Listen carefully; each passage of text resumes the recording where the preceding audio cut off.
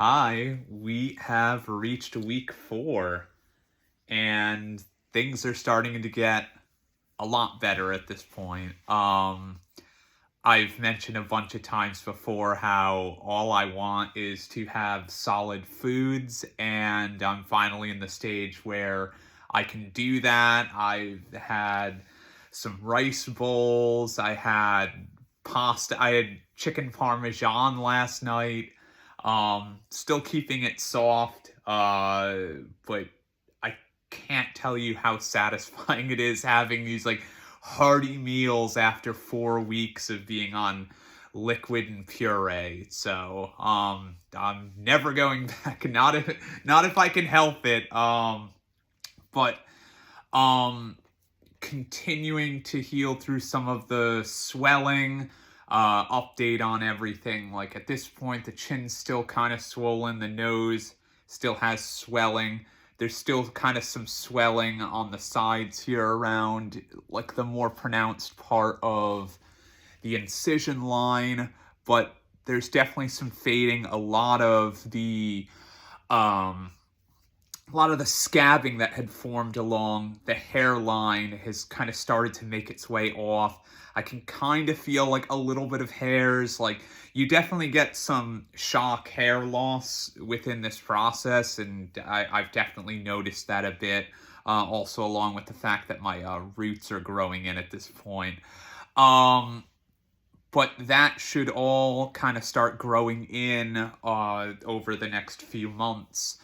Numbness, definitely still numb down here. I did notice that that's one of the weird things about trying to chew at this point, is when there's kind of some numbing down here. It feels really strange trying to chew on something with my front teeth. The back teeth are all fine, but at this point, like, it feels a little bit awkward, but yeah, I'll take that. That's a fine deal. That'll come back.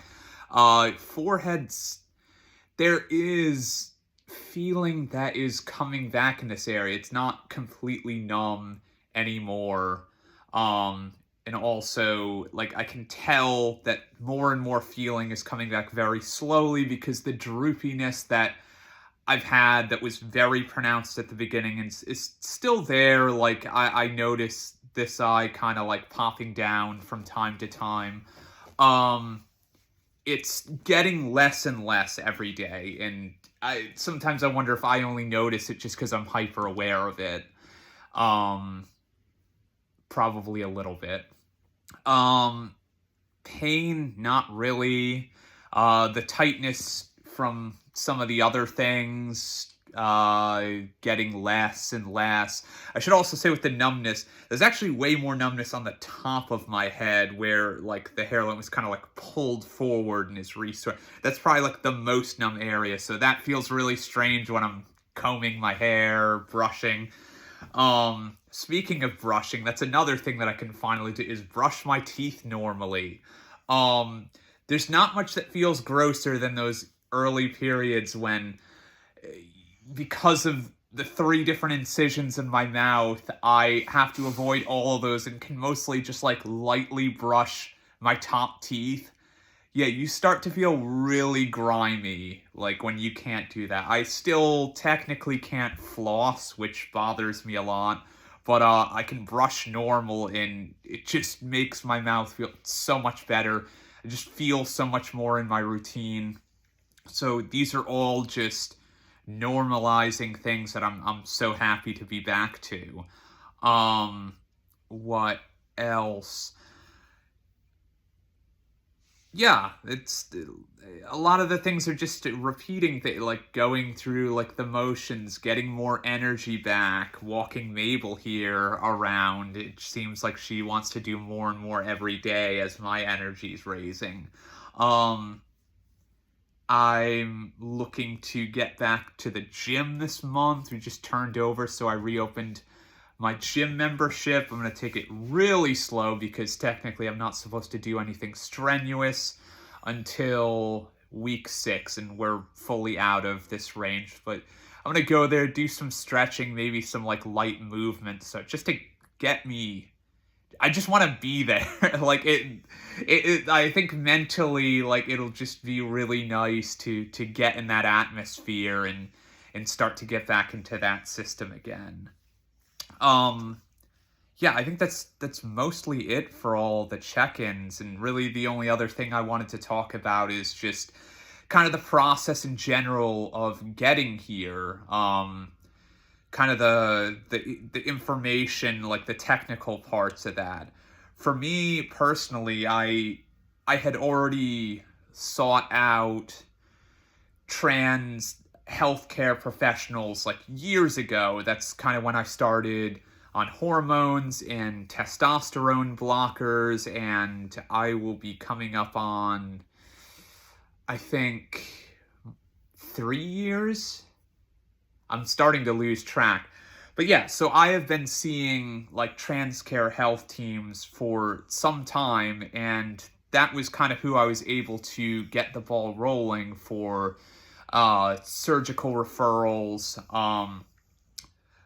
But in a lot of ways, like you kind of like they'll act as a go-between, but you kind of have to start the thing by like looking for the people that you want, deciding on providers that sort of fit your need, which in the case of FFS, it's a pretty specialized field, like where it can be very difficult to find people who can meet the needs that you have or can do all the things you need to, because you can find different plastic surgeons that can do some of the things but not necessarily everything that you're looking for a facial feminization.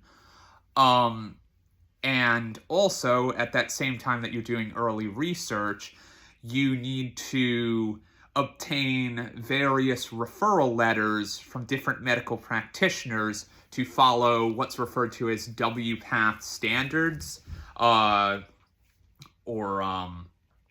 standards of care. And basically, there is a document that's updated routinely that outlines every facet of care for trans people, both adult and adolescent. This is kind of the source of truth on everything you would want to know about the accepted healthcare professionals' recommended course of action for trans people, for adult trans people, for adolescent trans people. And this is what we have right now is like a very comprehensive system that takes time and effort. You can argue the merits of just how much effort goes into that, but it is not a small amount at this moment.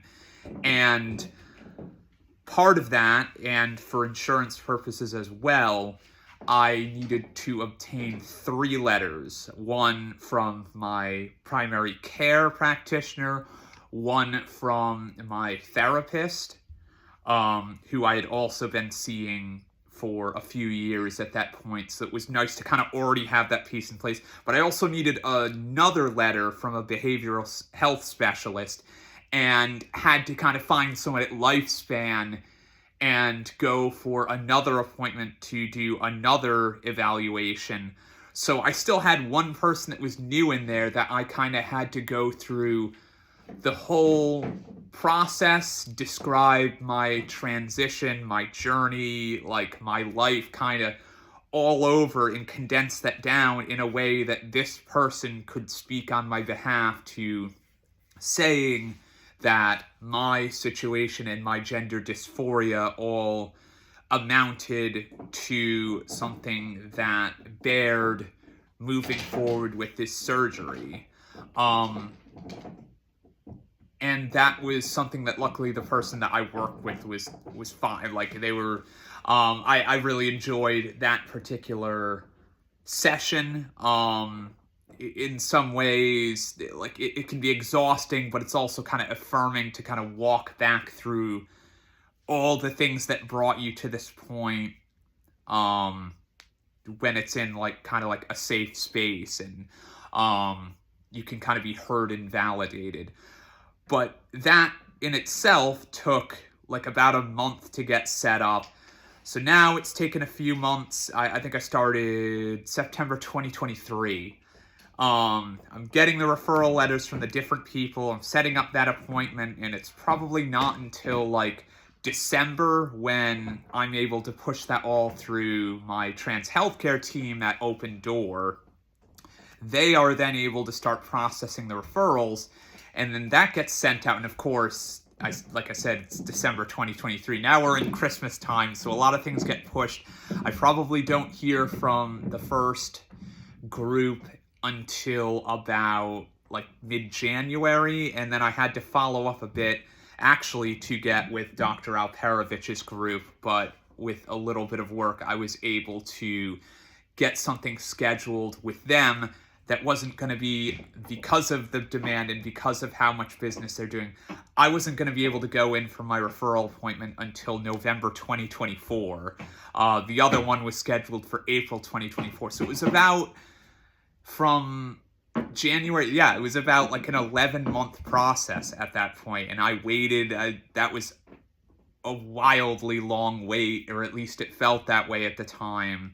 But that's sort of the situation with FFS, and especially when you want to go with someone who is a leader in the field and a specialist like Dr. Alperovich.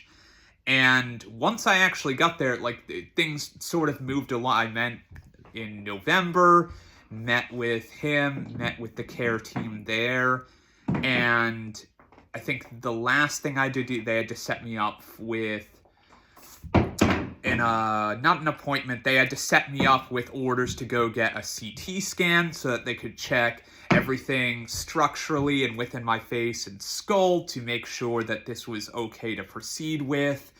From there, once they had that, we had to wait on the insurance and final approvals and authorizations to proceed with it, so getting all of our ducks in a row. And then once we had that in, I want to say December or maybe early January, that was when we were able to schedule, and we scheduled originally for March 6th, ended up being on March 4th. But yeah, then even at that point, another couple months, and obviously, as I've been tracking, I finally went in at that point. So this probably spanned a little bit more than about a year and a half. Like, this is no short period of time. And the point sort of being in all of this is that you really have to be on top of it. Like, I mean, there's plenty of caring professionals, medical teams, surgical teams that will help you out, but you have to do a lot of this work for yourself.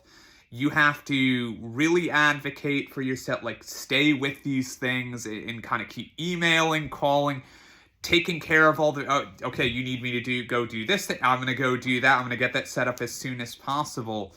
Like, to keep these things streamlined, like, you have to do a lot. No one is kind of just showing up at the door of a surgeon and just kind of requesting like one plastic surgery, like one face feminization, one breast augmentation, or the bottom surgery, please. This just doesn't happen, and the WPATH standards in place, the insurance authorizations, and just the coordination of all of these teams just make it so that it's going to be a longer process, and it's something that you really have to try to do. So to anyone that is looking to go through this process and coordinate this for themselves or for a loved one,